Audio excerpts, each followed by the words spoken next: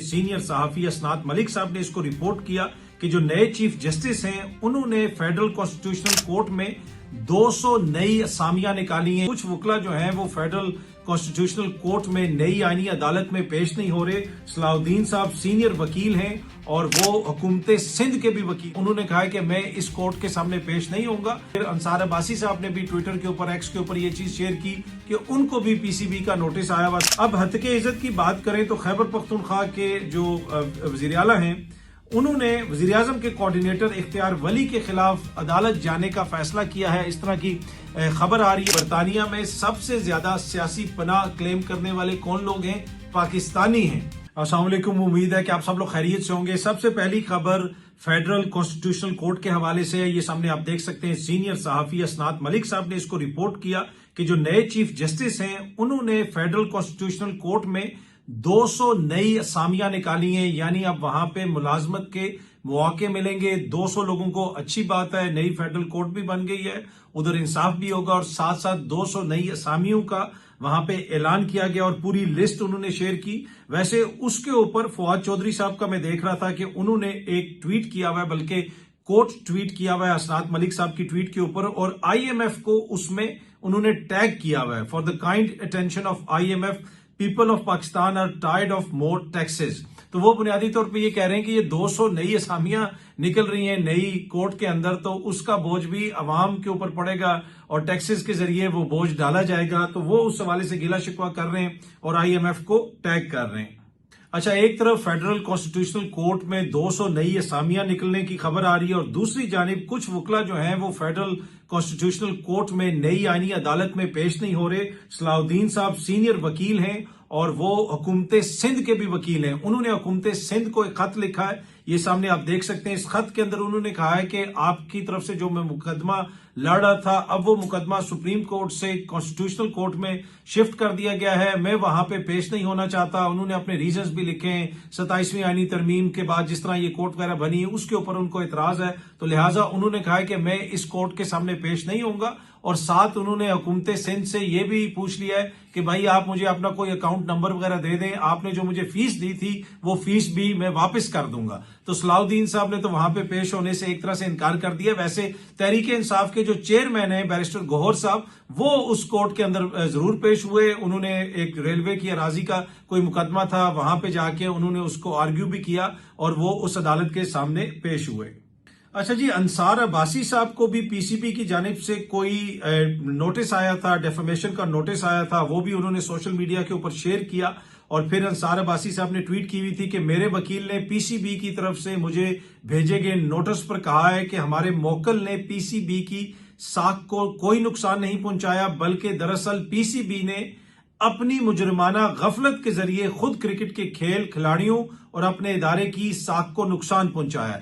तो आपको याद होगा कि हालिया दिनों में राशिद लतीफ साहब ने एक गैर मशरूत माफी मांगी है, उसमें एक एफआईए का केस भी बन गया था राशिद लतीफ साहब के ऊपर और एफआईए को इस्तेमाल किया गया, ये इल्जाम लगा। नजम सेठी साहब ने ये इल्जाम लगाया और उन्होंने कहा कि क्रिटिक्स की आवाज दबाने के लिए ये सब कुछ किया जा रहा है। लेकिन जो राशिद लतीफ साहब हैं वो ये कह रहे हैं कि उन्होंने गैर मशरूत माफी मांगी है। और वो खबर जब सामने आई तो फिर अंसार अब्बासी साहब ने भी ट्विटर के ऊपर, एक्स के ऊपर ये चीज शेयर की कि उनको भी पीसीबी का नोटिस आया हुआ था। और फिर गुज़िश्ता रात उन्होंने ट्वीट करके बताया कि जो पीसीबी की जानिब से उनको नोटिस आया है, उस नोटिस के जवाब में मेरे जो वकला हैं, मेरी जो कानूनी टीम है, उन्होंने आगे से उनको ये लिख के भेजा है। अब हत्के इज्जत की बात करें तो खैबर पख्तूनख्वा के जो वजीर आला हैं उन्होंने वजीर आजम के कोऑर्डिनेटर इख्तियार वली के खिलाफ अदालत जाने का फैसला किया है। इस तरह की खबर आ रही है क्योंकि इख्तियार वली साहब ने कुछ इल्जामात लगाए थे कि सोहेल अफरीदी साहब का खानदान और पाकिस्तान तहरीक इंसाफ के जितने भी रहनुमा हैं, असेंबली के अंदर इनके जितने भी लोग हैं, ये ड्रग मनी ले रहे हैं और बड़े संगीन नोयत के इल्जामात लगाए थे। और उसके ऊपर हत्के इज्जत का वो कह रहे हैं कि जी वो इख्तियार वली साहब को नोटिस देंगे। अच्छा, सोहेल अफरीदी साहब के हवाले से हमने देखा कि मंशियात से रिलेटेड कोई डॉक्यूमेंट्रियां वगैरह भी सामने आई। बताया गया कि जनाब वो ये कर रहे हैं, वो कर रहे हैं, और उन डॉक्यूमेंट्रीज को मुख्तलिफ सहाफियों के नामों से जोड़ा गया। पहले भी एक डॉक्यूमेंट्री सामने आई और उसमें एक सहाफी का नाम सामने आया तो उन्होंने कहा कि जी मेरा इससे कोई ताल्लुक नहीं है।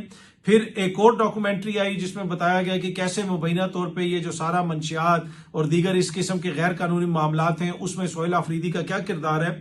और उस डॉक्यूमेंट्री को सोशल मीडिया पे ऐसे फैलाया गया जैसे पेशावर प्रेस क्लब के सदर एम रियाज साहब ने वो डॉक्यूमेंट्री बनाई है। वो सीनियर सहाफी हैं, एक रेपुटेबल सहाफी हैं। उन्होंने कहा कि भाई मेरा तो इससे कोई ताल्लुक नहीं, और अब उन्होंने साइबर क्राइम एजेंसी में केस भी दायर कर दिया कि भाई इससे मेरा कोई ताल्लुक नहीं है। सीनियर सहाफी फरजाना अली साहिबा ने उनकी तस्वीर भी शेयर की हुई थी और ये खबर भी शेयर की हुई थी, जिसमें उन्होंने लिखा हुआ है कि वजीर आला सोहेल अफरीदी के खिलाफ एक्स पर डाली जाने वाली जाली वीडियो में अपना नाम और फोटो इस्तेमाल होने के खिलाफ पेशावर प्रेस क्लब के सदर एम रियाज ने नेशनल साइबर क्राइम एजेंसी में केस दायर कर दिया। एम रियाज ने अपनी तहरीरी दरखास्त national cyber crime agency Khyber Pakhtunkhwa के एडिशनल डायरेक्टर मुदस्सर शाह के हवाले कर दी। तो अब देखते हैं जनाब इसकी क्या तहकीकात होती हैं, क्या चीज सामने आती है कि वो डॉक्यूमेंट्री किसने बनाई, क्योंकि जिस सहाफी के साथ उसको जोड़ा जा रहा था तो ना सिर्फ उन्होंने उसकी तरदीद की बल्कि अब तो उन्होंने केस भी कर दिया।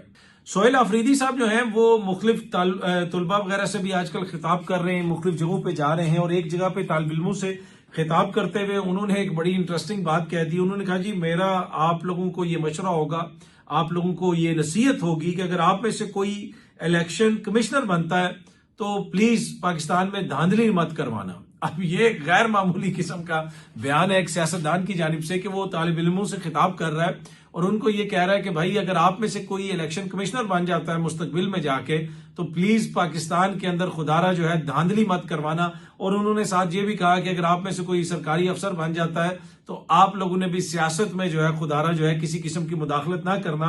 तो सोहेल अफरीदी साहब का जो रन रेट है मेरे ख्याल में वो काफी तेज है। वैसे तो उनकी जो पूरी टीम है उसका ही मुझे लगता है ऐसे है कि ये जारियाना खेलने वाली टीम है। मैंने आपको पहले ही बताया था कि खान साहब ने उनको लगाया जिस इलाके से उनका ताल्लुक है, और खान साहब को बिल्कुल पता था कि किस किस्म का रद्द-ए-अमल आएगा, और वो रद्द-ए-अमल आया भी। और सोहेल अफरीदी जो है आए रोज कोई ना कोई ऐसी बात करते हैं जिसके हवाले से कोई ना कोई चीज मीडिया में भी रहती है, उसके ऊपर डिस्कशन भी होती है। और फिर जो सहाफियों से उनकी मुलाकातें हुई हैं उसके बाद से तो सोहेल अफरीदी की जो प्रोफाइल है उसमें काफी पॉजिटिव एक तरह से जिसे आप कह सकते हैं कि फीडबैक हमने देखी लोगों की जानिब से, सहाफियों की जानिब से। और शायद उसी का दबाव है कि अब पंजाब की हुकूमत ने भी कल जिस किस्म की बातें कही, मरियम नवाज साहिबा ने एज ए खातून जेल में जाने की जो उनकी ओर्डील थी उसका भी जिक्र किया। वैसे बहुत सारी ख्वातीन माजी में भी जेलों में जा चुकी हैं, इस वक्त भी सनम जावेद भी जेल में है, उसके साथ साथ डॉक्टर यास्मीन राशिद साहिबा भी जेल में है।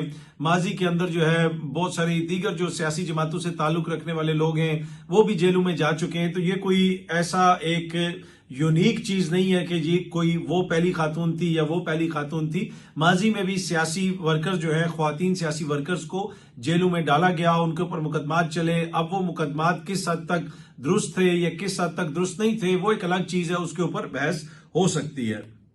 और मरीम नवाज साहिबा ने गुज़िश्ता रोज अपने खिताब के अंदर जो वो काबीना से बातचीत कर रही थी और मीडिया के ऊपर उसको दिखाया भी गया।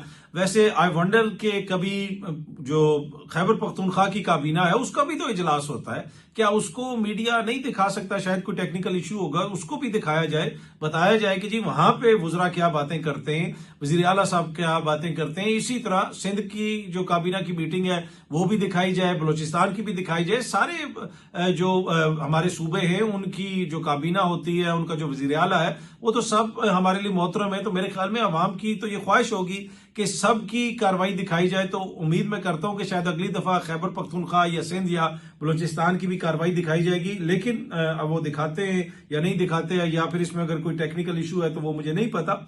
लेकिन मरियम बीबी ने ये जिक्र किया कि जी वो पॉपुलैरिटी की जो बातचीत थी और जो पॉपुलैरिटी के दावे थे वो सारे जो है दावे जमीन बोस हो गए हैं। अच्छा, एक चीज बार बार कही जाती है पॉपुलैरिटी। अगर ये समझते हैं कि वो पॉपुलर नहीं है जमात या इमरान खान साहब पॉपुलर नहीं है तो बार बार पॉपुलैरिटी का जिक्र क्यों करते हैं? और ये भी कहा जाता है कि जी वो सोशल मीडिया अपना चैनल चलाने के लिए आप जो उनके तर्जमान बन गए, आप उनका बयानिया लेके चलते हैं। तो भाई अगर लोग उनके मुखालिफ हैं और लोग जो है आपका बयानिया लेके चल रहे हैं, आपकी जो परफॉर्मेंस है, आप जो तरक्की इस मुल्क के अंदर लेके आ रहे हैं, लोग उससे खुश हैं, तो फिर तो अगर कोई उनके हक में बात करेगा तो उसका तो यूट्यूब चैनल बंद हो जाना चाहिए, उसकी तो सियासत खत्म हो जानी चाहिए। तो ये मेरी समझ में नहीं आता कि एक तरफ ये कहते हैं कि जी हम ज्यादा पॉपुलर हैं, हमारा जो हम ज्यादा बेहतर काम कर रहे हैं और अवाम की आंखें खुल गई हैं, लेकिन दूसरी तरफ ये भी कहते हैं कि अगर कोई सहाफी भी बात करे और कोई क्वेश्चन कर ले तो ये कहते हैं जी ये अपना यूट्यूब पे मामला चलाने के लिए उनका बयानिया लेके चल रहे हैं। तो भाई अगर वो इतने गैर पॉपुलर हैं पीटीआई वाले या इमरान खान साहब, फिर तो उनकी जो भी बात करेगा उसका तो चैनल बंद हो जाना चाहिए, उसके पीछे तो फिर आवाम नहीं आएगी। लेकिन ये इस तरह की बातें भी करते हैं और पॉपुलैरिटी का बार बार जिक्र भी करते हैं। अगर उसकी पॉपुलैरिटी नहीं है तो फिर आपको उसका जिक्र करने की क्या जरूरत है। और दूसरी बात, ये कौन सा इलेक्शन की आप बात करते हैं, किस तरीके से ये इलेक्शन हुआ। देखिए बाकी छोड़ दें, जो फॉर्म 45-47 की बहस है उसके ऊपर मैं आता हूं, लेकिन इस इलेक्शन के दौरान मियां शहबाज शरीफ साहब की हुकूमत है, मरियम नवाज साहिबा की हुकूमत है, इमरान खान साहब जेल में हैं, यास्मीन राशिद साहिबा जेल में हैं, शाह महमूद कुरैशी जेल में हैं। कहीं पे उनको उस तरह जलसा जुलूस करने की इजाजत नहीं दी गई जैसे जलसा जुलूस जो है खैबर पख्तूनख्वा में नून लीग वाले कर रहे थे। फिर ओवरऑल जो सिचुएशन है पीटीआई के हवाले से मुल्क भर में वो हमारे सामने है। अगर वो कोयटा में जलसा करने की कोशिश करें तो वहां पे रोडों को ब्लॉक कर दिया जाता है, लाहौर में उनको जलसे की इजाजत नहीं है, इस्लामाबाद में उनको जलसे की इजाजत नहीं दी जाती, कराची में वो रैली निकालें तो कभी एक मुकदमा हो जाता है, कभी गिरफ्तारी हो जाती है। तो पूरे मुल्क में जैसे उनके साथ सलूक किया जा रहा है वो तो सबके सामने है। लेकिन उसके बावजूद ये दावे करना कि हमने उनको इबरतनाक शिकस्त दे दी है, भाई वो तो इलेक्शंस में नहीं थे।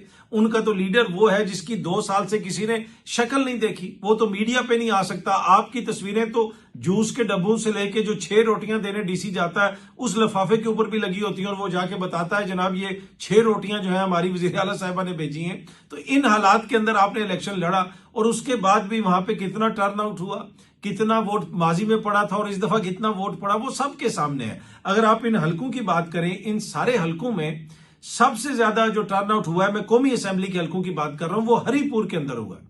वो हल्का जहां पे पाकिस्तान तहरीक इंसाफ वाले ये क्लेम करते हैं कि जी मुबैना तौर पे हमें धांधली के जरिए हराया गया है। पहले टर्न आउट 13% था, फिर पता नहीं इतने फीसद हुआ, फिर कोई 29% हुआ और फिर आखिर में वो 42% से भी ज्यादा टर्न आउट हो गया। अगर आप इन हलकों को देखें, कौमी असेंबली के हलकों को, तो NA-18 जहां पे तहरीक इंसाफ वाले ये कहते हैं कि मुबैना तौर पर धांधली हुई है, वहां पे टर्न आउट रहा है 42%।